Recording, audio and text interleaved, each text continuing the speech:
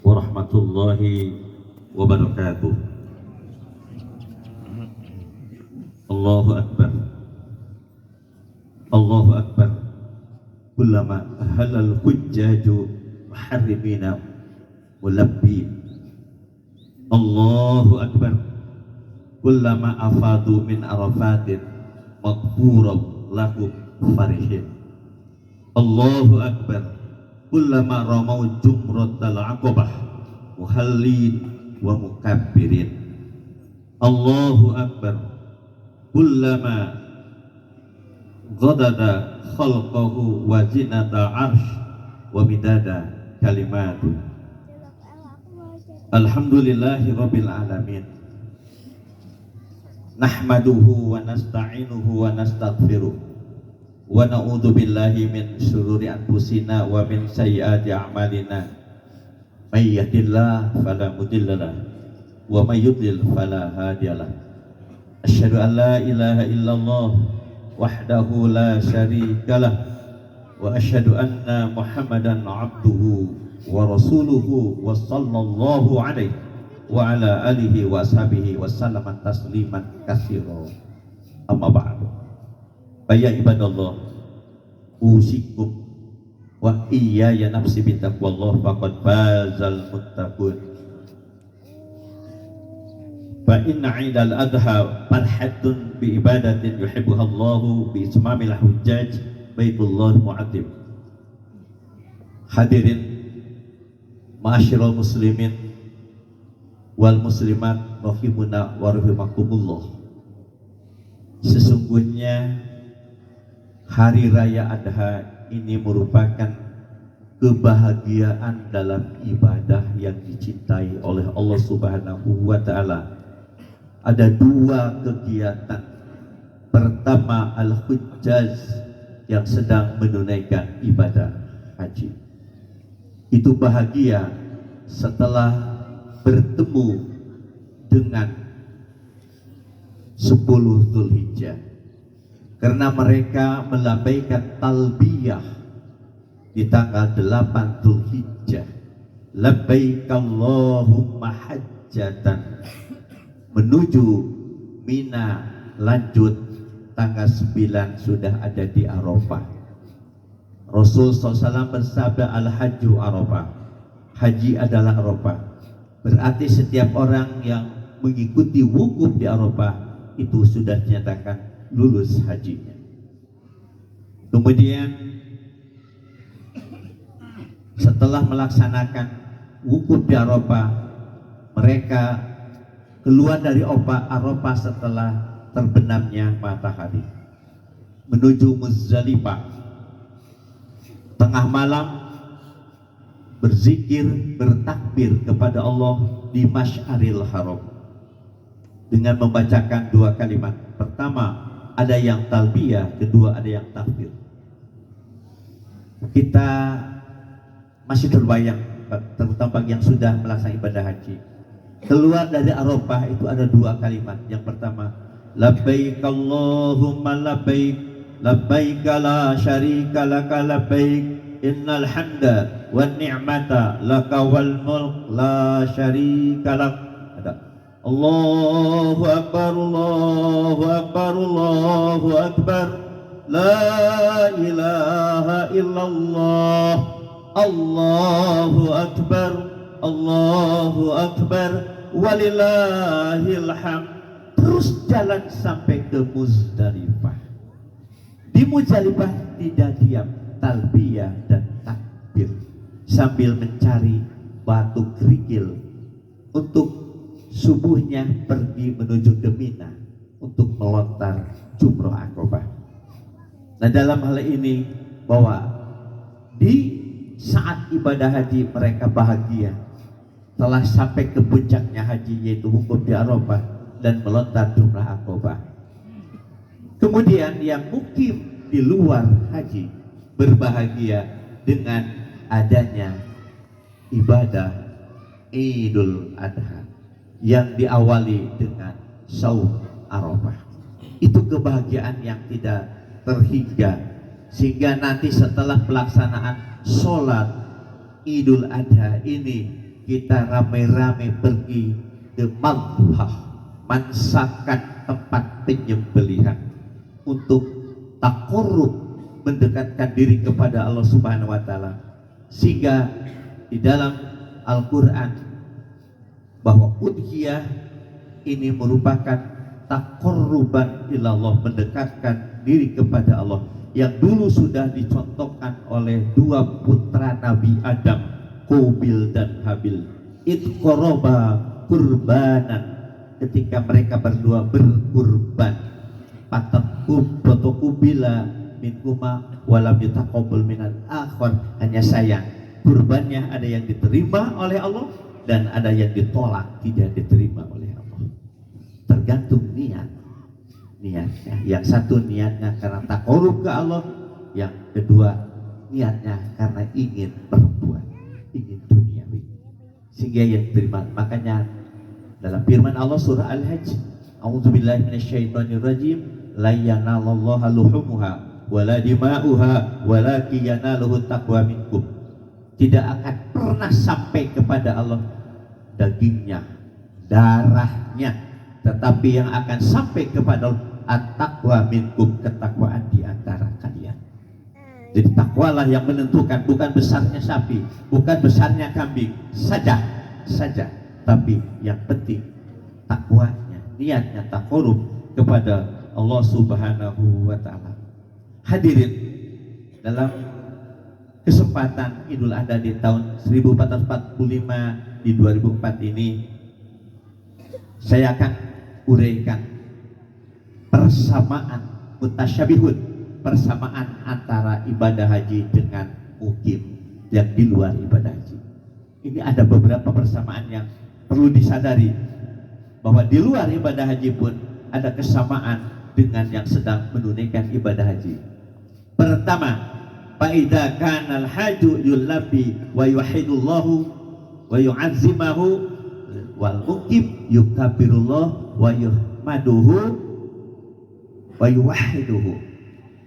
Jika yang beribadah haji melambaikan kalimat talbiyah, labbaik Allahumma labbaik, dan seterusnya, maka mukimin di tanggal 10 Dzulhijjah melambaikan Allahu Akbar, Allahu Akbar, Allahu Akbar, mengakukan Allah yang maha tinggi, yang maha besar.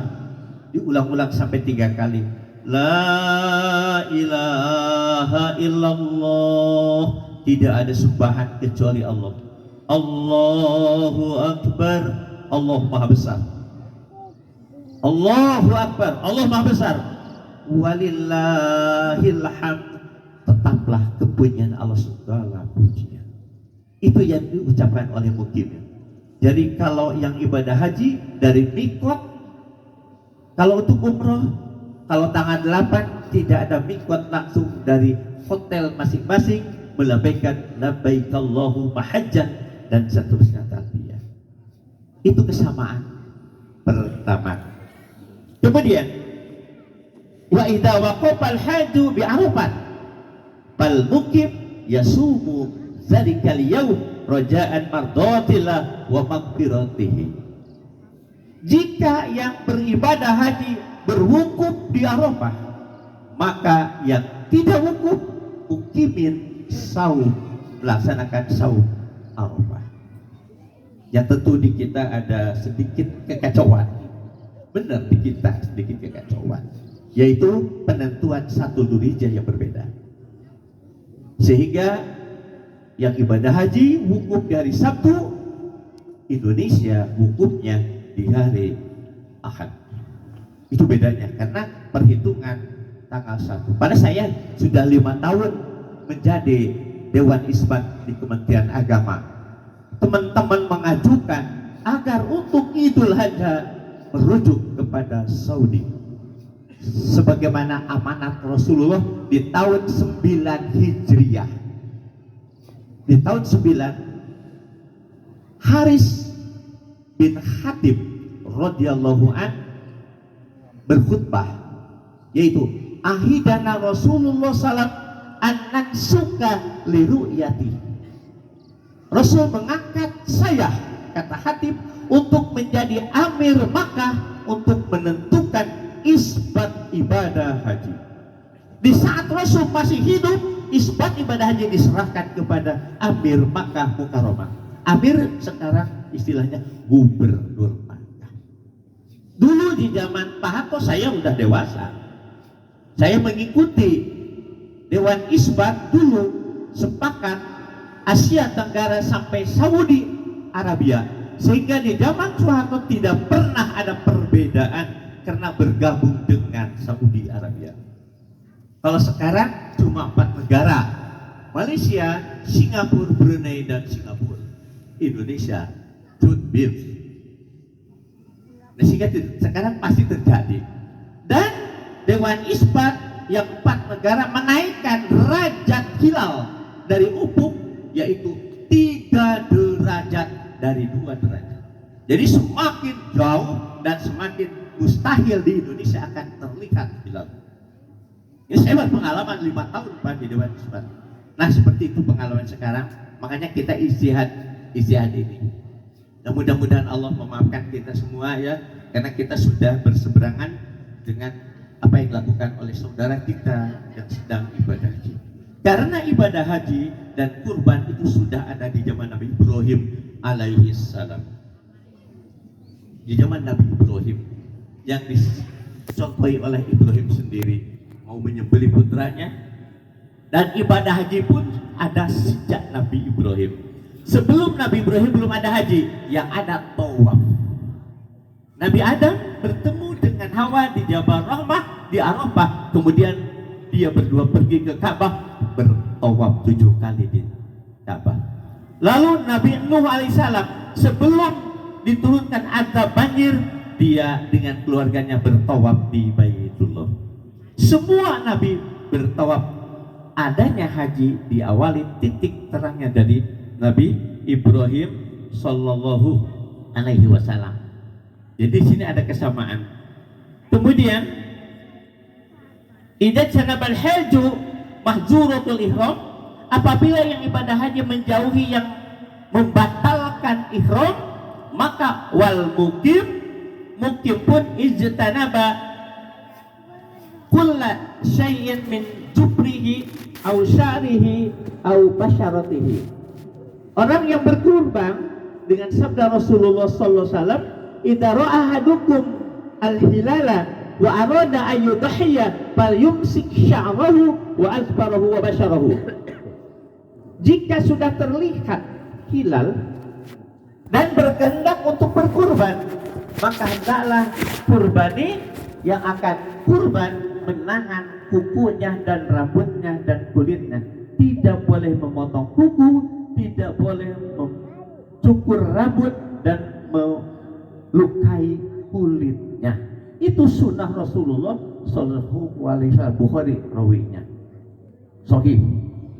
Nah, jadi ada kesamaan.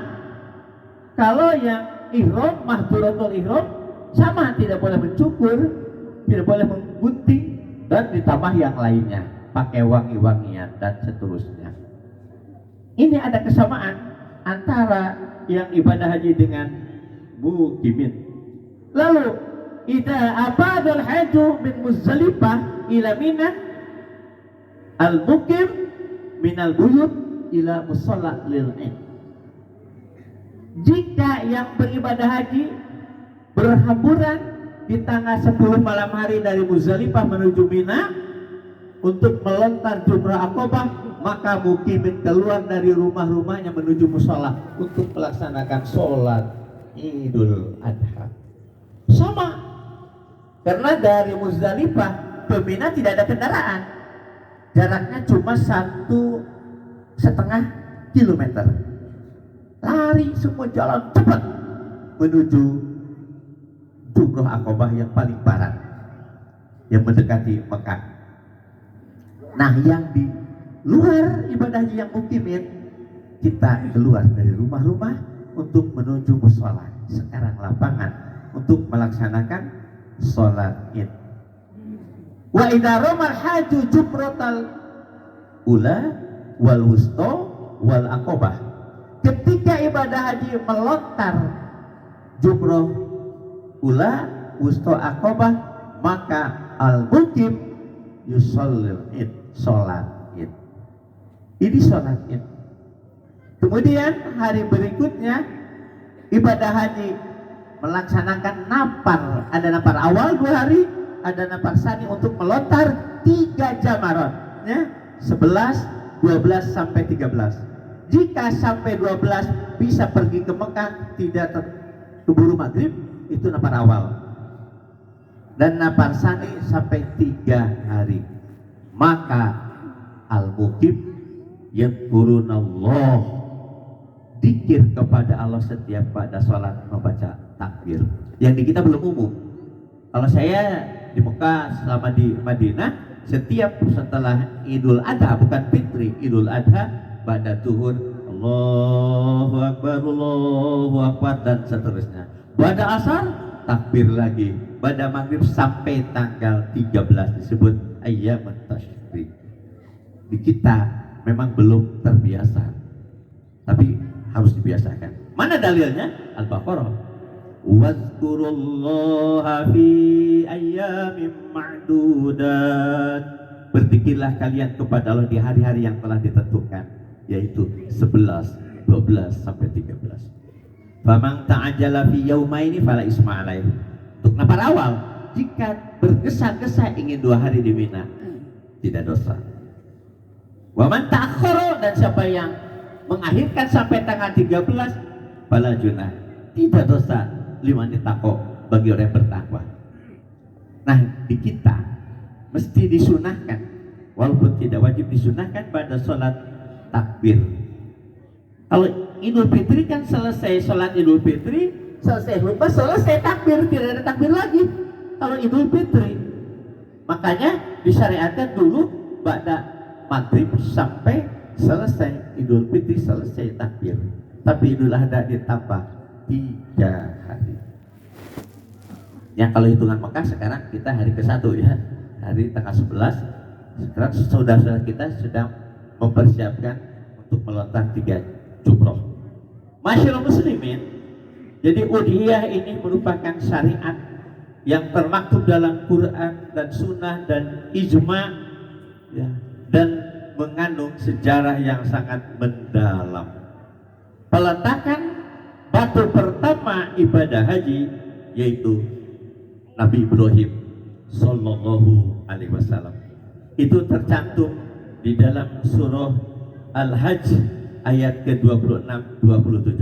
A'udzubillahi minasyaitonirrajim. Wa id bawwa'na li Ibrahim makanal baiti alla tusyrik bi syai'aw wa tahhir baiti lit-ta'ifina wal qa'imina wan ruk'a'is sujud. Ingatlah Muhammad ketika kami menempatkan Ibrahim di Baitullah. Apa yang pertama Allah firmankan? Allah tusyrik bi syai'an. Ibrahim, janganlah engkau berani menyekutukan Allah sedikit pun. Jadi peletakan tauhid di zaman Nabi Ibrahim di depan Ka'bah Musyarrafah.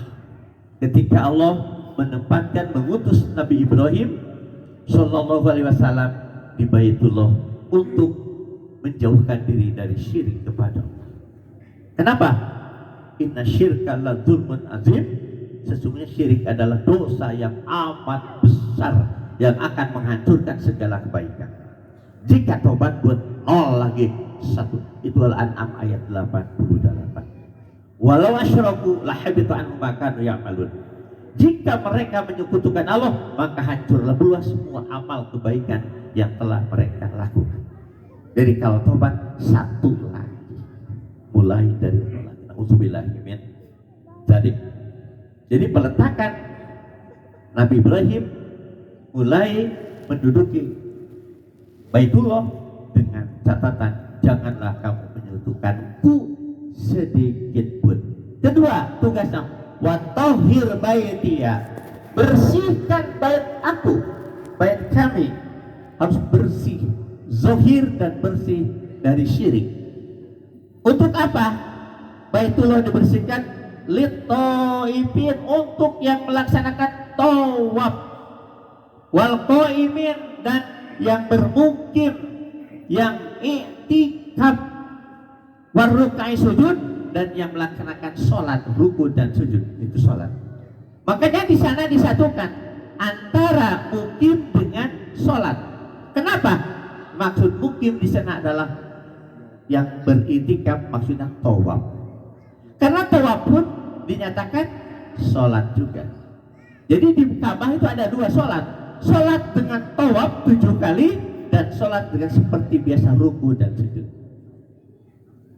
Jadi jangan aneh. Jadi kalau kita ke sana ada yang sholat, ada yang terus keliling, karena tawaf adalah sholat. Apa buktinya? Batal wudhu, kentut sedang tawaf, maka batal tawafnya, harus ditambah lagi. Kalau udah 2 kali berarti yang ketiga kalinya batal, tambah 1 kali lagi. Jadi batalnya cuma 1 lingkaran. Jadi sholat tawaf. Jadi Nabi Ibrahim bertugas oleh Allah untuk membersihkan, menata Baitullah supaya tumaninah yang tawaf, tumaninah yang sholat. Kemudian Allah berfirman, wa ating bin nasi bil haji, umumkan Ibrahim kepada seluruh manusia untuk pergi beribadah haji. Nabi Ibrahim ini ada 3 riwayat dalam tafsir Ibnu Katsir. Pertama, Nabi Ibrahim berdiri di atas batu yang namanya sekarang Maqam Ibrahim, menaik batu tinggi sampai kelihatan seluruh dunia oleh Nabi Ibrahim. Lalu menyeru, Nabi Ibrahim bertanya kepada, ya Allah, apakah dapat didengar suaraku? Allah berfirman, tidak akan didengar, tapi suara kami akan menembus kepada hati-hati manusia. Siapa yang menjawab padahal dia baru roh, belum, mungkin ada yang di pohon, ada yang buah-buahan, siapa yang menjawab labbaik Allahumma labbaik, maka Allah berjanji, maka kami akan berangkatkan dia menuju Baitullah. Jika dia 1 kali, labbaiknya 1 kali ke Mekah, 2 kali akan 2 kali ibadah haji atau umroh, 3 kali dan seterusnya. Itu janji Allah. Itu dalam tafsir Ibnu Katsir dinyatakan. Maka Nabi Ibrahim menyeru, sehingga setelah menyeru batu turun lagi, kelebihan sedikit, sehingga batu dapat ditembus oleh 2 telapak kaki Nabi Ibrahim. Ada 2 telapak, maka disebut Maqam Ibrahim, tempat berdirinya Nabi Ibrahim. Di sana disunatkan sholat 2 rakaat setelah selesai tawaf. Wattakhidhu min maqami Ibrahim musalla. Jadikan maqam Ibrahim tempat melaksanakan sholat. Nabi sholat 2 rakaat. Rakaat ke-1 baca Fatihah dan Al-Kafirun, kedua Fatihah dan Al-Ikhlas, Qul huwallahu ahad. Itu di belakang maqam Ibrahim. Wa adzin bin nas. Nah, setelah mengumumkan ya'tuka, mereka akan datang nanti di suatu saat, akan datang kepadamu Ibrahim. Maksudnya ke Baitullah. Ada yang jalan kaki di jalan. Makanya para nabi dulu pergi ke Mekah dengan jalan kaki, yang dijangkau dengan jalan kaki. Seperti Nabi Ibrahim dari India ke Mekah dengan jalan kaki.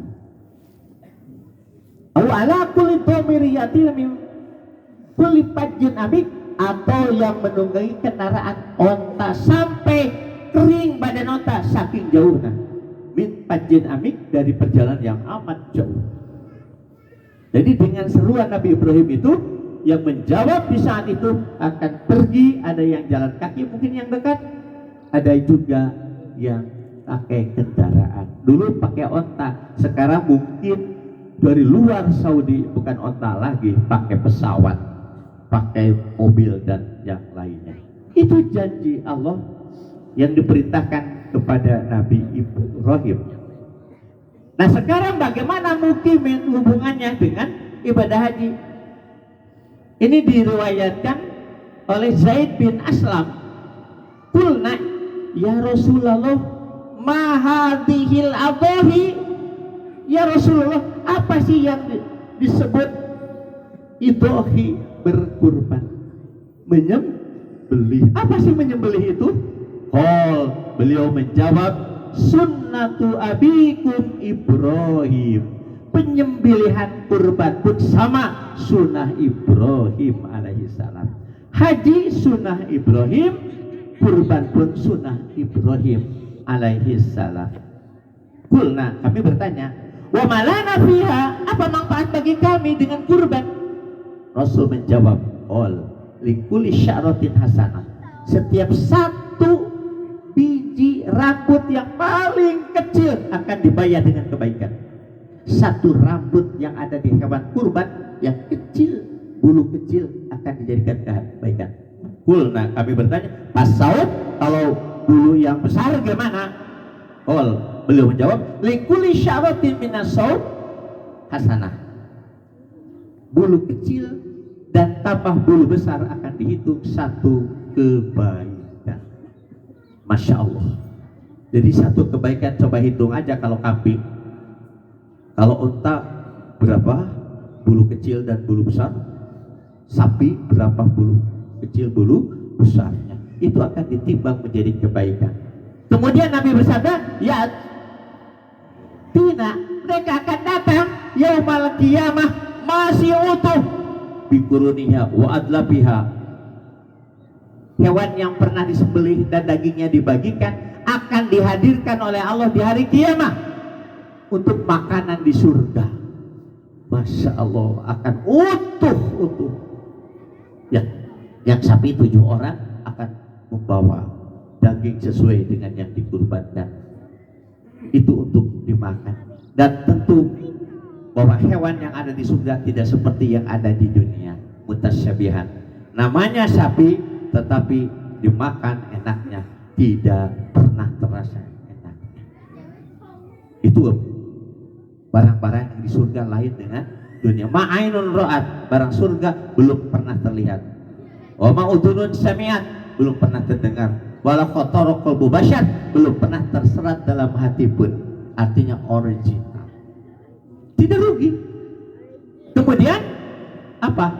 Akan dihapus kesalahan-kesalahannya. Setiap innal hasanati yudhibnal sayyi'at. Tiap-tiap kebaikan sekaligus dapat pahala dan akan dihapus keburukan-keburukan. Banyak dosa. Habis. Makanya yang ibadah haji pulang dari haji dengan pahala yang amat besar surga dan bersih dosanya 100%, dosa besar, dosa kecil hapus dengan ibadah haji. Kayaumin waladatu ummu, kata Nabi, bagaikan baru dilahirkan oleh ibunya, bersih dari dosa. Demikian pun sama bagi yang kurban. Malah dengan diawali saumu yaumi arafah mukaffiratun sanatain al-madi wal mustaqbal. Nabi menjanjikan bahwa saum Arafah itu akan menghapus 2 tahun dosa, tahun yang lampau dan tahun sekarang sampai yang akan datang. Ketemu lagi dengan Arafah, dihapus dosa, bersih juga dosa. Dan mudah-mudahan hadirin ada ketemunya, manfaatnya adanya ibadah haji dengan mukimin, dan secara global manfaatnya ibadah haji dan ibadah kurban ini merupakan mempersatukan umat sedunia, mempersatukan umat. Tujuan kurban, Rasul bersabda, liyattasa'a dzu taulin ma la taulalah. Tujuan kurban untuk menjadikan, meratakan, meluaskan orang yang punya kemampuan terhadap orang yang tidak punya kemampuan. Yang kurban pakulu minha, silahkan makan sebagian daging itu. Rasul membatas jangan lebih sepertiga dari hewan kurban. Bagi yang lain, wa'atimu koni awal mutar, bagikan dagingnya untuk orang yang betul-betul membutuhkan, baik yang meminta maupun yang tidak meminta. Meratakan di sana, yang kurban ikut makan, yang tidak kurban terbagi dagingnya. Itu tujuan kesejahteraan. Jadi kurban ada dua tujuan. Satu, taqarrub kepada Allah Subhanahu wa taala, keduanya menyebarkan sebagian rezeki dari Allah, bima razaqahumullah mim bahimatil an'am, yaitu syukuran dari rezeki dari Allah berupa an'am, hewan, sato-sato, binatang ternak. Hadirin jamaah muslimin wal muslimat rahimakumullah, mudah-mudahan dengan kita melaksanakan 2 rakaat salat Id barusan, mengagungkan Allah dengan takbir, dan sebentar lagi kita akan mengurus hewan-hewan kurban dan akan didistribusikan demi kesejahteraan umat. Malah bukan hanya umat Islam. Nabi pernah ditanya oleh Aisyah, bagaimana tetangga kita ini masih Yahudi, kasih ini cuma sedikit lagi, kasihkan itu, biar Nabi tidak kebagian, kasihkan kepada Yahudi. Jadi benar-benar kurban akan menyentuh bukan hanya muslimin, non muslim pun akan disentuh, dengan harapan mudah-mudahan mereka abita jeung sunana mah.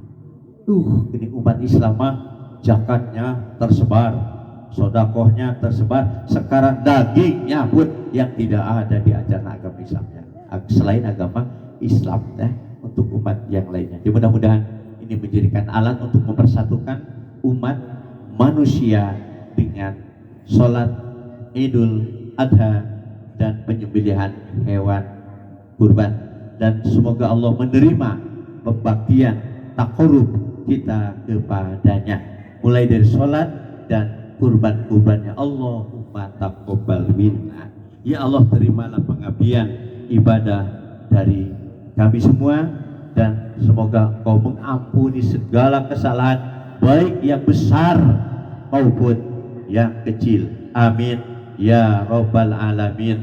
Rabbana la tuzigh qulubana ba'da idh hadaitana wa hab lana min ladunka rahmah innaka